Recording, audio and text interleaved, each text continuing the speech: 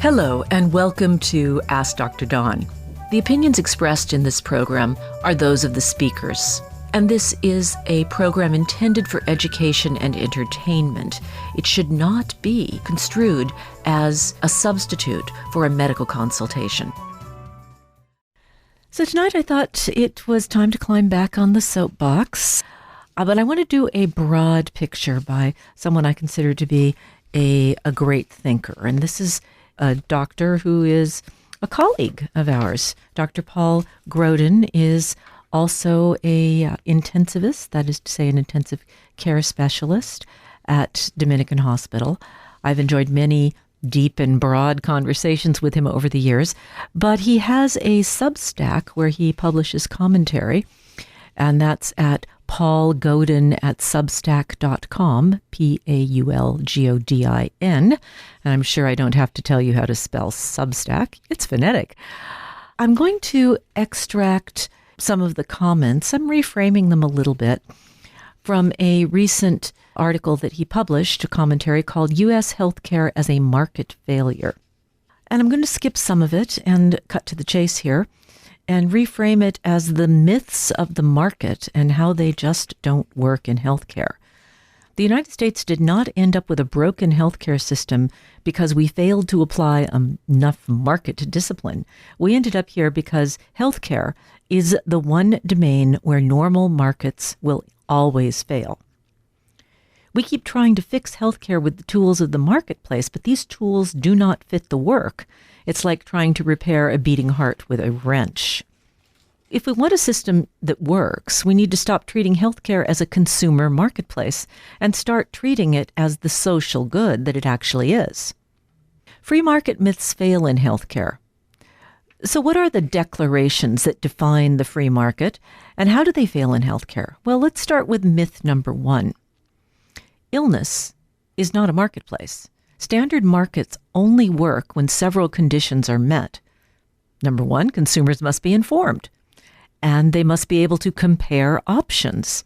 They must be able to walk away from a bad deal, and they must be able to delay purchase until the right moment. Healthcare fails every single test. No one chooses when they get cancer. No one shops for hospitals in the middle of a stroke, and no one compares prices while gasping for air during an asthma attack or pneumonia.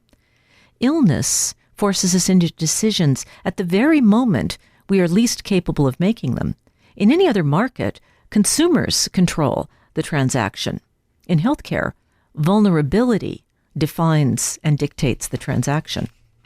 The fundamental assumptions of this marketplace mantra collapse the moment a person becomes a patient.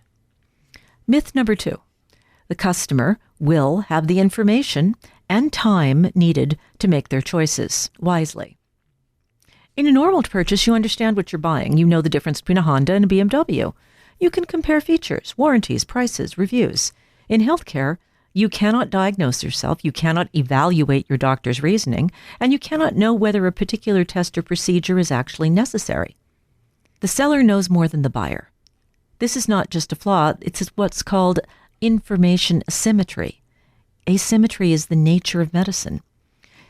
Information asymmetry means the patient can't act as a rational shopper. The insurer tries to step in as the disciplinarian, but insurers lack the clinical expertise to evaluate at the bedside. More importantly, and despite all marketing to the contrary, insurers are not incentivized to consider healing and health their main priority, but rather their priority is and must be to return value, that is money, to their shareholders and bonuses to their management. This is a structural problem built into the system. So they use blunt instruments like denials, prior authorization, and administrative friction. I want to take a moment and digress and say that prior to 1988, insurers and hospital systems were required to be not-for-profit. That meant that there was no stockholder, no shareholder, no bonuses based on the shareholders' willingness to give $1 trillion to the president of the company. And why did you not have those things? Well, you didn't have them because it's such an obvious conflict of interest that as healthcare emerged as a major industry, the legislators were careful to set up a system where that just couldn't happen. These were regulations, and regulations became a dirty word like liberal or feminist is in some circles. Regulation was a priori bad, and in 1988, St. Ronald signed a bill called the Knox-Keen Act, which opened the door for private equity to enter healthcare. And boy, did they enter healthcare. It tracks as much as with agribusiness, but for different reasons. So let's go on to myth number 3. Demand is elastic. If the price goes up, the demand goes down. Well, healthcare does not behave like the demand for cars or phones or restaurant meals. It's inelastic. When you can't breathe, you will accept whatever treatment is available. When you need an emergency C-section, you will not travel to the next town to get a better deal. This gives hospitals and insurers extraordinary leverage. They can charge prices that have nothing to do with value and cost. Patients can't say no. The entire theory of consumer choice collapses under the weight of involuntary demand. Myth number 4, trust is irrelevant. At its core, and I really feel this profoundly, medicine is about trust. We step into the exam room, the operating room, or the ICU with one hope. We trust that the person caring for us will put our interests first. First, do no harm. That's the first part of the Hippocratic Oath for a reason, because we do have extraordinary power to do harm, and we need to never let our own personal self-interest take precedence over that of the patient.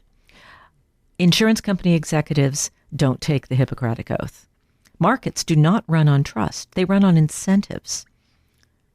When healthcare organizations replace the logic of trust with the logic of revenue generation, everything gets distorted.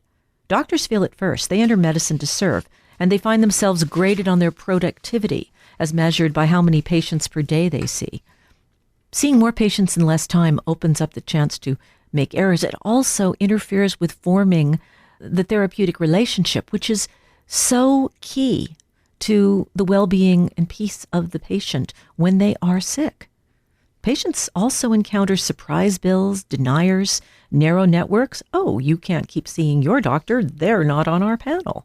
And opaque prices. Nobody can figure out what anything costs.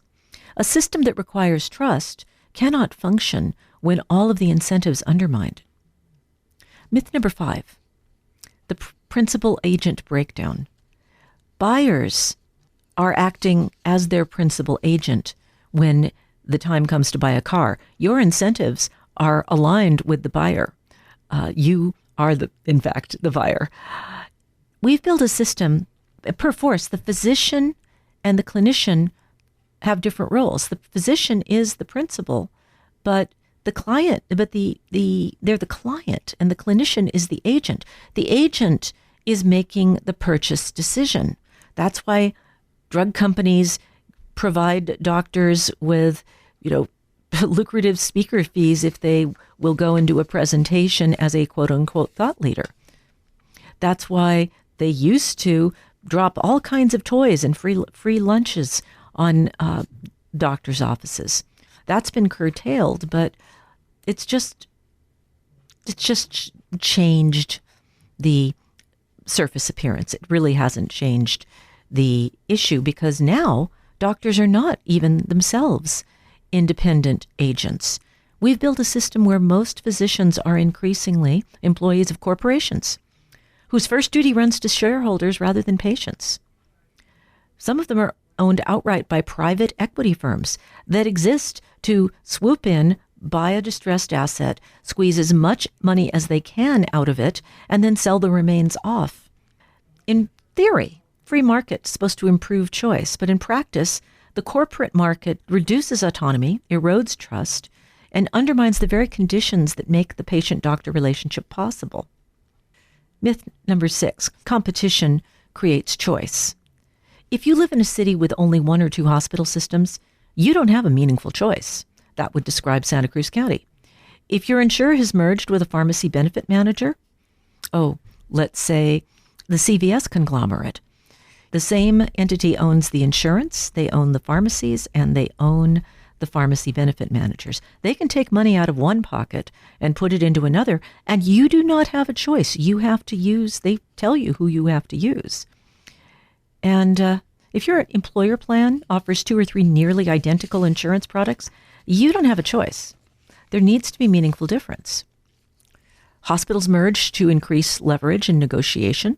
Insurers merge to lock in market dominance. It's like wandering around on a field where there are 2 giant sumo wrestlers fighting it out, trying to, not get stepped on. Once consolidation occurs and you've locked in the market, can anyone say Amazon? Prices rise because there is no competitive force to keep them down. Insurance oligopolies face off with healthcare corporate oligopolies, and they compete for market share. The result is an escalating cycle of price increases, and costs are passed on to the patient in the form of premiums, narrower physician networks, increased out-of-pocket costs, and fewer covered services. This is not a theory. This is measurable. Prices go up at least 20 and sometimes as much as 60% after hospital mergers in an area. Competition does not discipline the market. The market has eliminated competition. The core challenges we face in healthcare in the U.S. today include private equity. And this is an emerging, and it's chaotic. Most, in fact, of the hospital closures that we're seeing are a result of these hospitals having been acquired by private equity firms.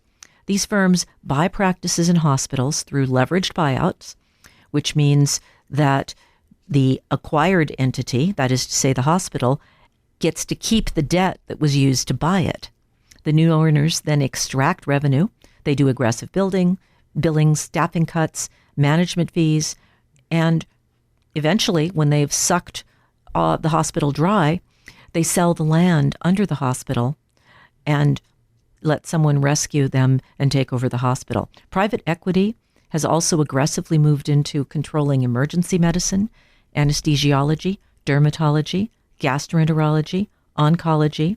It's closed hospitals, reduced staffing, and routinely use surprise billing as a business model until Congress intervenes. Short-term financial engineering is the watchword of the day. This is not a market that serves the public. This is a market that is designed to extract money for Wall Street from the public. And the only competition in this system is bureaucratic. Fun fact, the United States spends more than any country on administrative tasks: billing, coding, documentation, denials, prior authorization, appeals, network negotiation, compliance, and back-end financial work consume an enormous share of your healthcare dollar. We are spending money to avoid spending money on healthcare. Most of this activity is paradoxical. It doesn't improve care. It's financial engineering disguised as patient care management. Every hour that a doctor spends wrestling with prior authorization is an hour stolen from patients. Every dollar consumed by an administrative bureaucracy is a dollar unavailable for nurses or mental health services or primary care or healthcare workers. And our fragmented insurance system is simply designed to fail. We've got risk fragmented across thousands of different walled insurance products. You have employer plans, ACA exchange plans, Medicare Advantage. Then you have the traditional Medicare, Medicaid, short-term plans. You have Christian health-sharing ministries and the uninsured. And everything operates under different rules. When you have a fragmented risk pool where everyone is not in there, it produces adverse selection. People with higher needs tend to cluster in certain plans. That causes premiums in those plans to rise and benefits to shrink.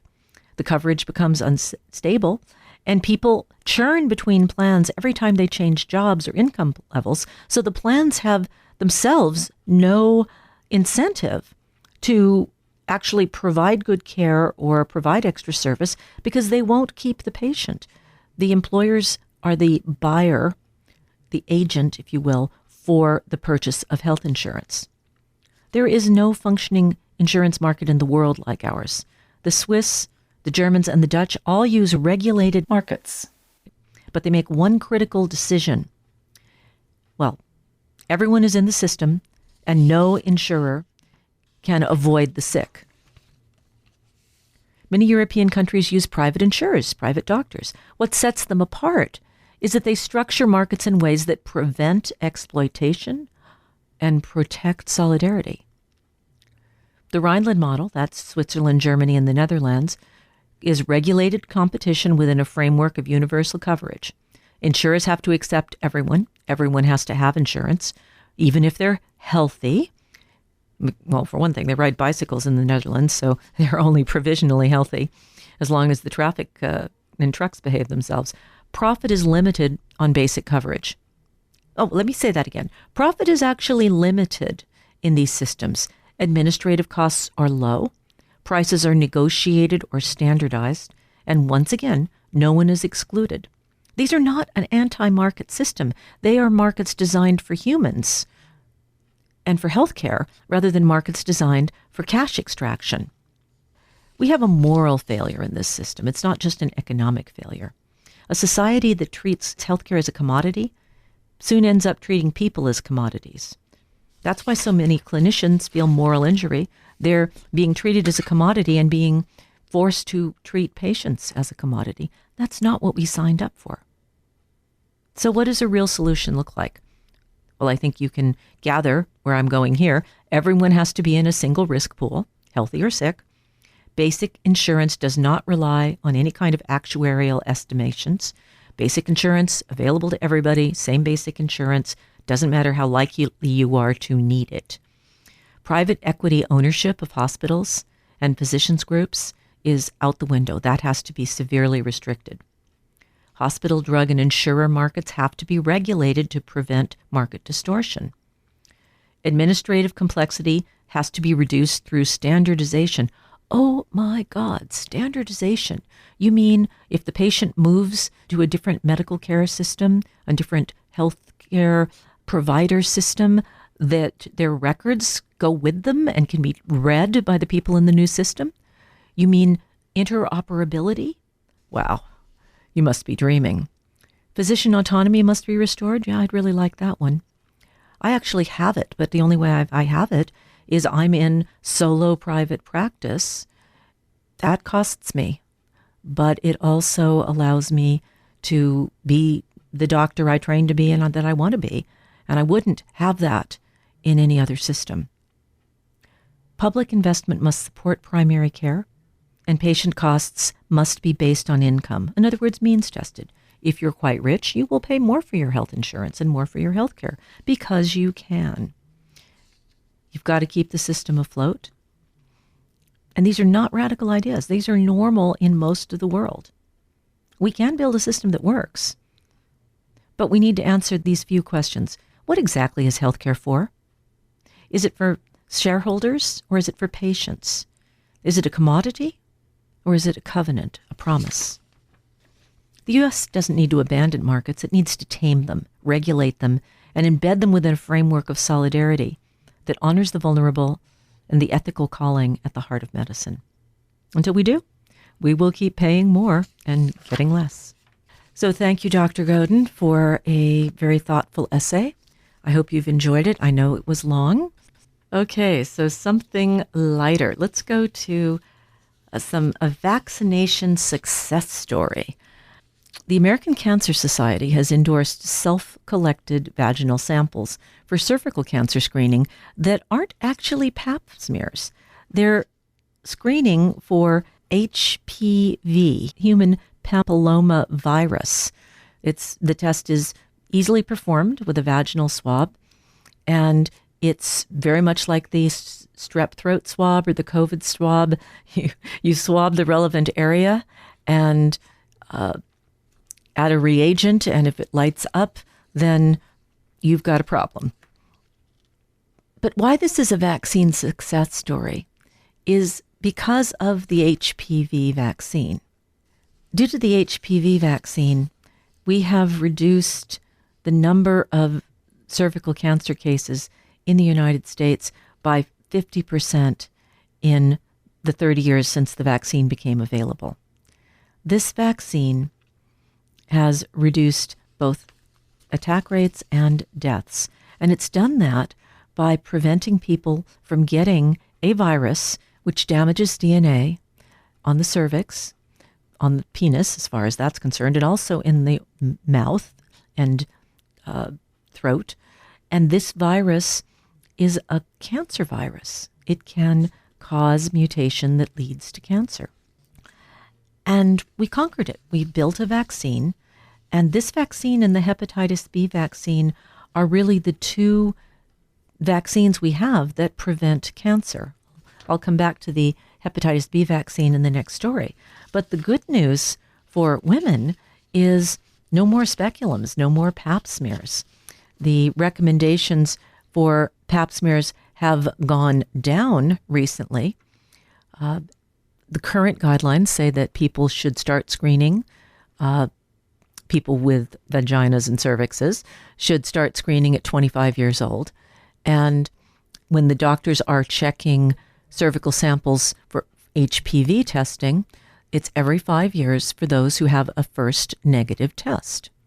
Now, pre-vaccine, people would get the virus. It didn't cause warts.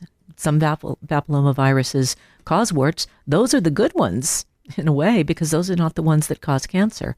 The other ones are stealth. They go stealth in the cells, stealth in the DNA, and trigger mutations that lead to cancer. Usually, if a woman starts having sex at the normal age of, say, 18 through 25, she's around 35 with a young family when she gets her cervical cancer. That was the old situation. In the 1960s, we started doing pap smears, and we could catch the cancers early, and that made a difference. But now we can actually prevent the cancers in the first place. And someone who has a positive test for HPV needs to be monitored carefully over the next few years to make sure that they do not develop cellular changes.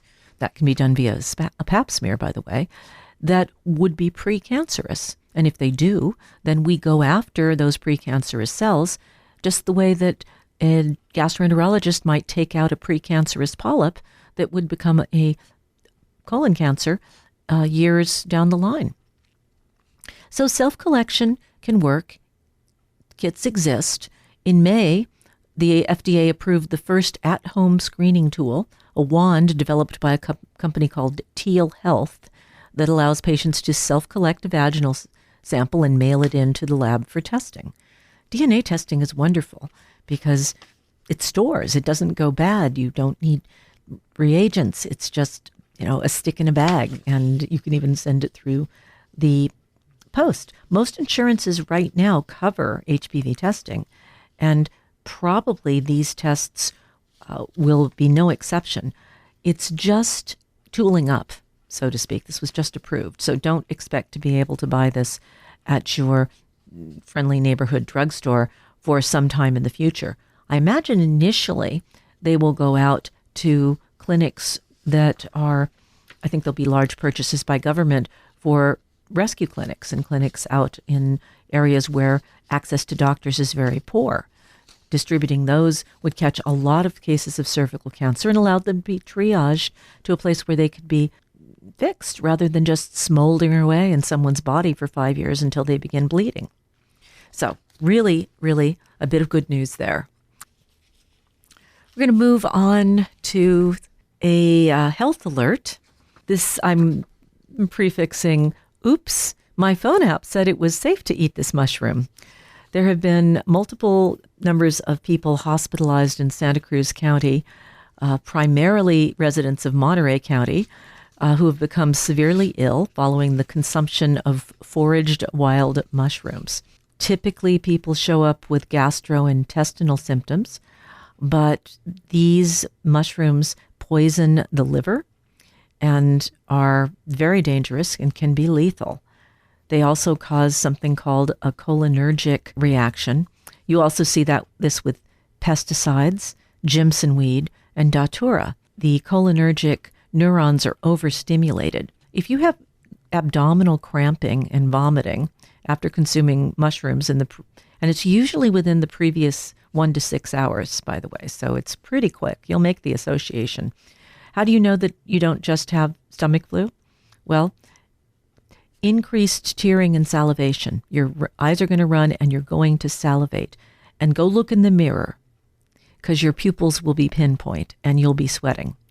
That triad of symptoms are the early signs that you've consumed a toxin, either a toxic mushroom or another toxin with similar properties. A lot of the cholinergic pesticides, which were acetylcholinesterase drugs, were used widely. I think now their usage has been seriously restricted, but it's still an issue and something you want to definitely watch out for. So just remember, sweating, salivating, and pinpoint pupils, head for the ER. It's not time to try to ride that one out in the bathroom. So last week we talked a bit about vaccinations, and I wanted to give you a little follow-up on last week's vaccine advice and discussion of adjuvants. So here's the advice. First of all, when you're going for a vaccination, hydrate and then make yourself sweat. So I like to make it rhyme. So go in wet, then sweat. And you could drink a liter of water on your ride over to the pharmacy, guaranteeing, of course, that you will be reasonably well hydrated at the time you get your shot. Fill out all that paperwork and stuff. And probably need to pee as soon as you get the shot. But then you're in a place with a public bathroom, so it all works. Then when you go home, by the time you get home and get the tub full of the hottest water you can stand, throw in a little Epsom salts or bath salts, and get in there, you're going to be ready to sweat. Have another big bottle of water, keep drinking, and wait until sweat is literally running off your face. Then take a quick shower, and you have sweated out most of the adjuvants that were needed to get your immune system to recognize that there was, something evil in you that they needed to build an antibody against. Just a comment, a lot of the fears about vaccines are generated by truthful experiences that are misinterpreted. These are experiences that happened at the time of the vaccination, but they are, for example, feeling faint because you got poked with a needle. Same thing happens if it's salt water. They are feelings of body aches and fatigue, and that's from the adjuvants, not because you caught the flu from the flu shot, although it may feel like a light case of the flu. My go in wet and sweat technique will really help mitigate that. But these misinterpreted things, social media, so they're out there, and then they are exploited by people with various hidden agendas, because that's the thing. The internet has made hidden agendas the order of the day. Prophets shouldn't be making medical decisions, as the earlier essay said, but then there's politics, and that shouldn't be making medical decisions either. The ACIP, which is the Vaccine Advisory Board, delayed their vote on whether or not to stop recommending Hep B vaccine at birth. Now, let's just say that if you have a legal degree, you're probably a great arguer and believe that there are two sides to everything. If you have an MD, you probably understand science and math and believe that there are facts.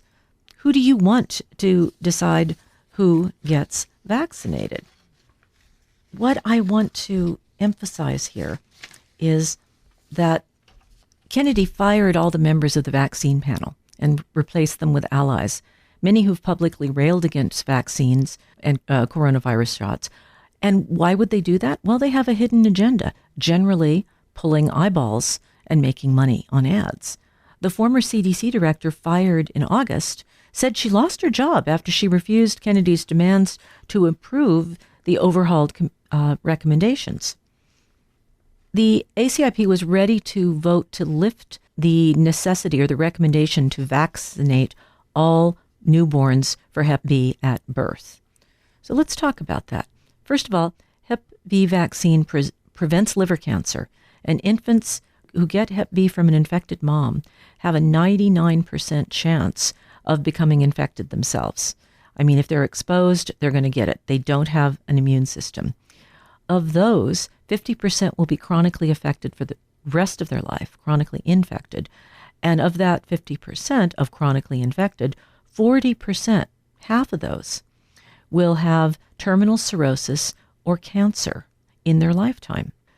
Item number 2. The idea is that we're supposed to test pregnant women at their first OB visit, but that misses cases of infection that are required during pregnancy. So if a woman becomes infected after that test, in 7 to 9 months, she's going to have high viral loads. And 12 to 16% of women delivering in the USA have no test records. Also, once that child goes home, if there is an infected family member, breastfeeding them, for example, there's a very large chance of transmission of hepatitis B in later childhood.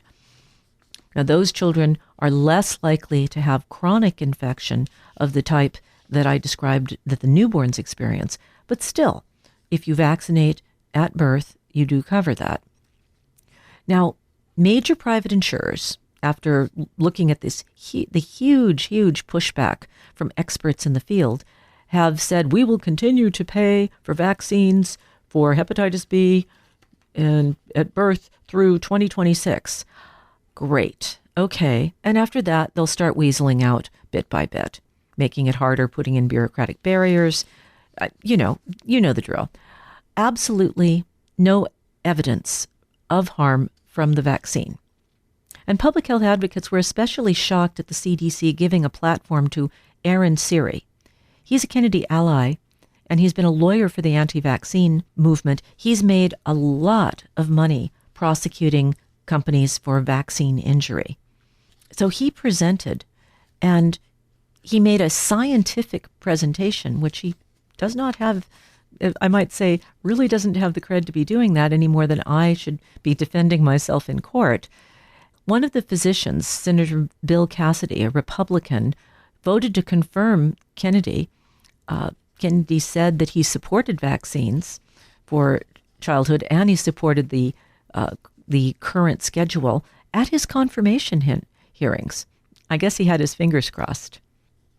We need to push back hard on revamping the vaccine schedule. I'm not saying it's perfect. I'm saying it's designed to protect the largest number of people, which will inconvenience some people who don't need to be protected. This is called the dilemma between a type 1 and a type 2 error. Are you innocent until proven guilty? Are you guilty until proven innocent? And remember, it's hard to prove a negative. So let's move on to something lighter. It is the Christmas season, and we have a lot of buffets and restaurant meals ahead of us.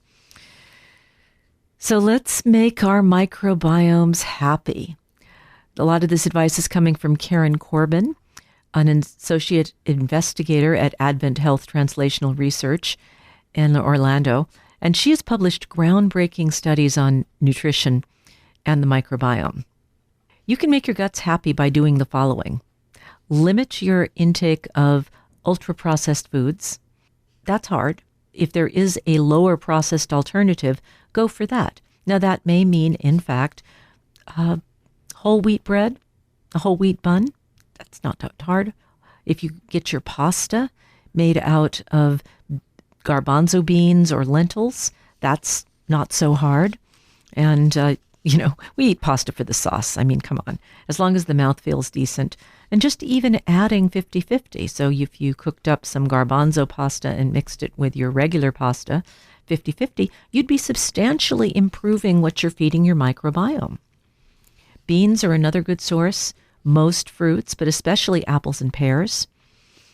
I love baked apples. It's a great dessert, and it's a great way to get some fiber in there. And sure, throw some ice cream on top. All good, but get that fiber. Whole grains like barley, brown rice, and oats. And we're getting less than half of the 28 grams of fiber that we're supposed to get. And if you do eat more fiber, like for example, with potatoes, cook the potatoes the night before, put them in the fridge, and then reheat them.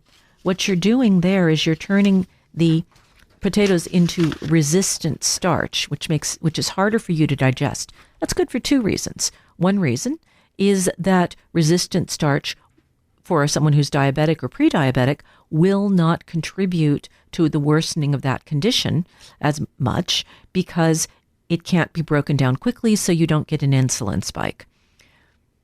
In the meantime, as it's moving through, the gut bacteria love resistant fiber, and so it will not be wasted. What it will do is trigger the shift of what's growing in your gut to an anti-inflammatory pattern of bacteria. This lowers your risk of diabetes, lowers your risk of hypertension, heart attacks, and cancer, all by changing the bacteria. And furthermore, these bacteria, the fiber lovers that you're feeding, actually help produce GLP-1. So every time you eat fiber-rich plants, especially those high in resistant starch, you're nourishing the microbiome, and you're making butyrate, which is a short-chain fatty acid that helps reduce inflammation. All fiber is beneficial, but some fibers are even better. I've talked about the blood sugar issue, and I want to just emphasize, let's go through breakfast, lunch, and dinner. If you like to eat breakfast, you could upgrade to steel-cut oats. If you like to eat cereal or porridge, warm oats, don't use the instant oats. Cook up a big pot of steel-cut and then freeze the portion that you would eat and heat it up in the morning in the double boiler or microwave. And that is very high in resistant starch and will lower your cholesterol. You want to put some nuts and seeds on top of that, maybe some berries or some other sliced fruit. More fiber. Yes, indeed. You can use nut butters for flavoring yogurt. You can add flax and chia seeds. Both flax and chia seeds are excellent sources of resistant starch. And since reading this article, I plan to incorporate, I think I'll probably go with chia seeds as just something I consume in the morning as a sort of quick snack. If you eat sandwiches, get whole grain or 100% whole grain. My husband loves to eat Dave's Killer Bread, and there's also Ezekiel bread. Both of these are high in the right kind of fiber. And if you use lunch meat, try to get lunch meat that is minimally processed. Cooked sliced turkey breast, chicken and roast beef. These still have a lot of cell wall, a lot of undigestible compounds that will slow the ability of your body to absorb it. And you could throw in some extra veggies, right? How about some onions? How about some peppers? Put those in the sandwich. It'll add texture, but more important, because we're on the fiber thing, it'll add fiber. You can take packaged vegetable sauce, packaged spaghetti sauce that you buy in a jar, and you can throw in some chopped up mushrooms, carrots, powdered, dried onions, maybe chopped peppers.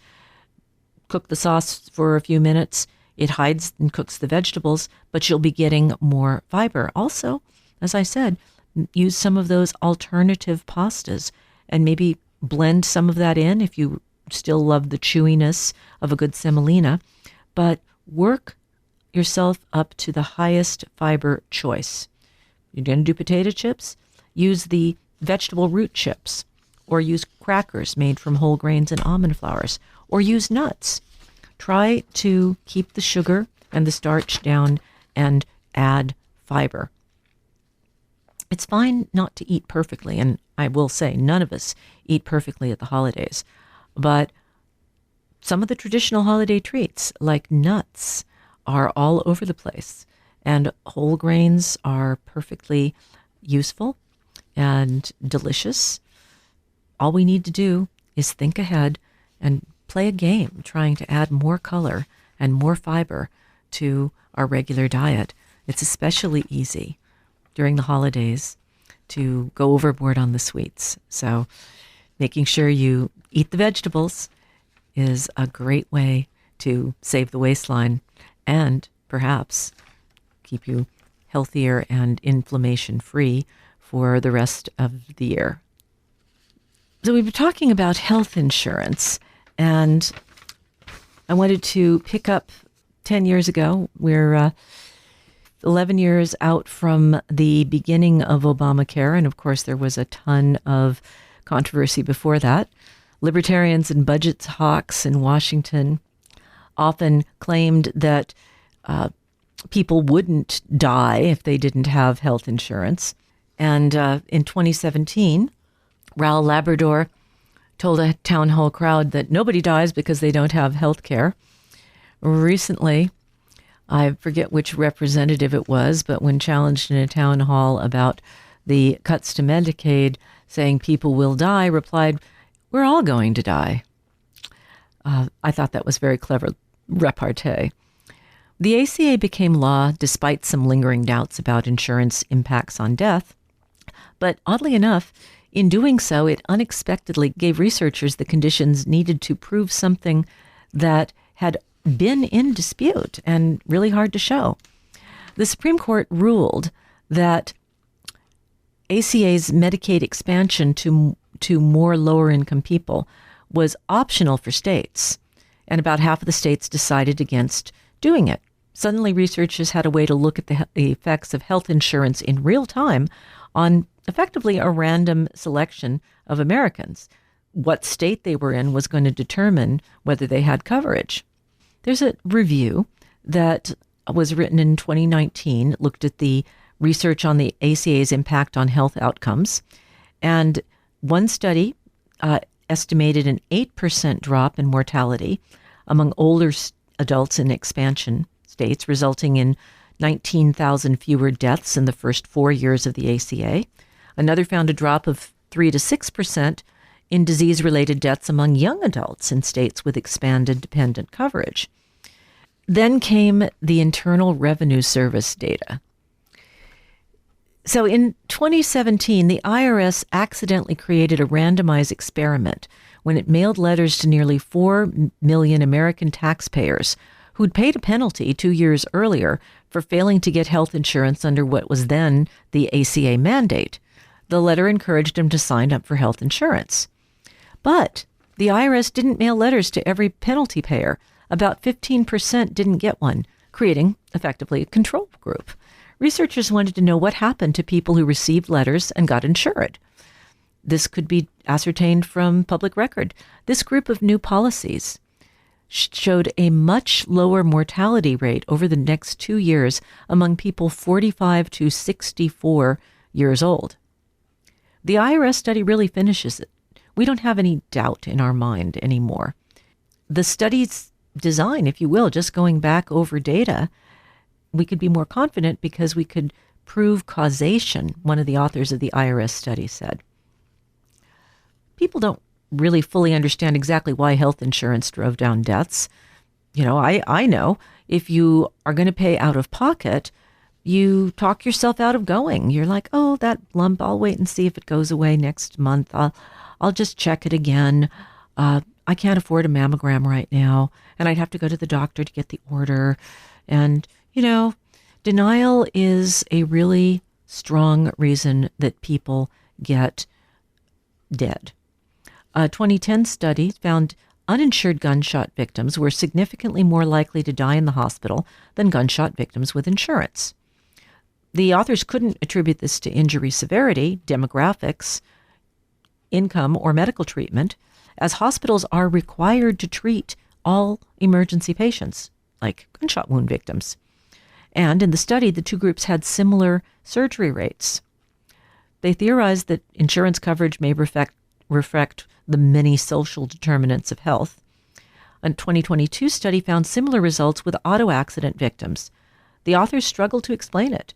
They suggested a higher death rate could have something to do with uninsured victims being more risk tolerance, or more likely to drive recklessly, or have older cars. But a study came out earlier this year which focused on mortality. It was in the Annual Review of Public Health. It looked again at the issue that was last looked at in 2008. The statistical methodology in this study is impeccable. was published in a peer-reviewed journal. But the conclusion that health insurance improved health is no longer on debate. The study could not explore why insurance appears to save lives, but the effect, as I said, denial and budget, the effect appeared to be the strongest among adults older than 45 and, to a lesser extent, younger adults. But remember, it's 45 to 65, and then you've got insurance. So I think we could make Medicare for all work. I'm changing my mind on that a little bit in the wake of this data. It would need substantial modification, but I think that's doable.